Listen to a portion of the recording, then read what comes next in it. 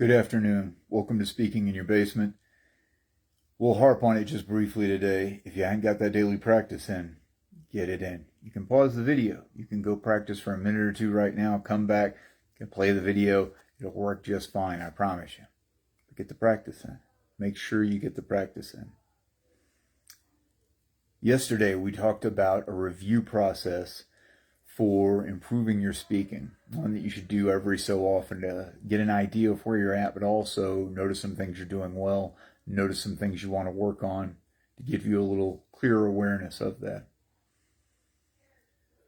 There's a reason I suggested it in the order that I did. Typically, you should start with physical first, or watching the actual video so you're seeing your physicality, and then your body language, your posture, the kinesthetic, if you like. Next, you don't look at it and you just listen to the audio and just pay attention to your tone, your volume, your pace, any pauses you used, how effective they were, the variation of emotion in your voice. So all the auditory qualities other than specific words spoken. And then last, you focus on the specific words spoken. Now, of course, if you're wanting to focus in on one area, you can absolutely do that. In fact, you can forego the other areas if you just want to work on your messaging, the specific wording of your message to make sure you're clear and you're explaining a concept adequately. You can just transcribe it and think about it, read it out loud, think about how you could clarify it, think about different ways you could word it to put it better. That's absolutely a useful exercise. There's probably a lot of teachers that could be much better teachers if they just did that. For most people, we want to get better at communication in general. We start with body language. We start with how you look, how you're coming across visually, because that's what most people notice. People will actually notice that before you even start talking most of the time. And a lot of times they've already got an impression of you before you even start talking. So that's a very good place to start for most of us. And you can just focus on this, at least for a little while. Long term, I suggest you spend some time focusing on all of it. There's some research done, and if you studied in this area a lot, you've definitely heard these numbers, and there is some dispute on the accuracy. But I think it's valuable just to get an idea of the impact of the things people don't pay attention to as much. A lot of people don't pay attention to when they're looking at speeches or sales scripts or persuasion. They're looking at words and questions and techniques like that involve conversational setups and how to converse with somebody, how to come up with witty things or more creative ideas. That's all useful. It's all very good stuff. There's a tremendous amount of communication that's being done before that ever happens. It's outside of those specific words spoken. So this research, I think the guy's last name was Morabian. I think it was back in the 50s or 60s.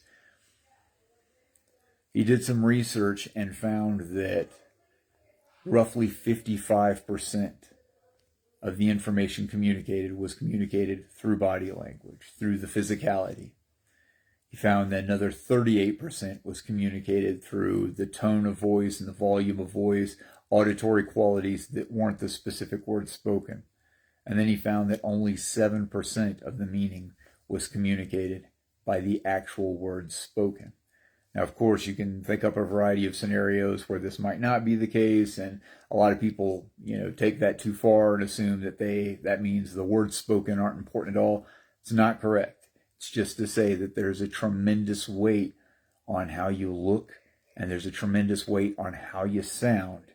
And the specific words you say should only be considered within that context of how important how you look and how you sound are. We always tell each other that we're not supposed to judge a book by its cover, but we all do, and we all do it almost all the time. And it's not impossible to get a second chance with somebody. The whole, you never get a second chance to make first impression. It's not impossible to change the impression you've made with someone, but it is challenging. Usually it takes several meetings. It's like a lot of convincing over time, and usually not the convincing that's forced. The best bet is to just be awesome. And if someone you rub somebody the wrong way, if they interact with you enough times, they're just going to get a better impression of you over time. And that be awesome is very vague, but how are we being awesome? Well, we're improving our communication. We're paying attention to our body language. We're paying attention to our tone. We're paying attention then to the specific words spoken. And we're practicing regularly so we get one of the biggest overarching benefits of just being comfortable with speaking. In a simple way, that's how you be awesome with communication. But again, start with the physicality, start with the body language, start with how you physically look. It tends to have the most weight. Again, if you've got another purpose, you can go wherever you want, but my strong suggestion is start with the kinesthetic, with the body language, with how you look visually first. When you get comfortable enough, you can be upright and relaxed at the same time. And you can just kind of stretch out and be yourself in a place. You can kind of take up space as if you're comfortable there, whether it's a place you normally hang out or you're normally comfortable at or not. And that's just a start with body language. But that's a good base to build on. Some relaxation, some comfort, and some upright posture. And if you can bring those together, it's going to start you in the right direction for making that ideal first impression. I'm Ben Langley. Thank you very much for spending some time with me today. We will talk again soon.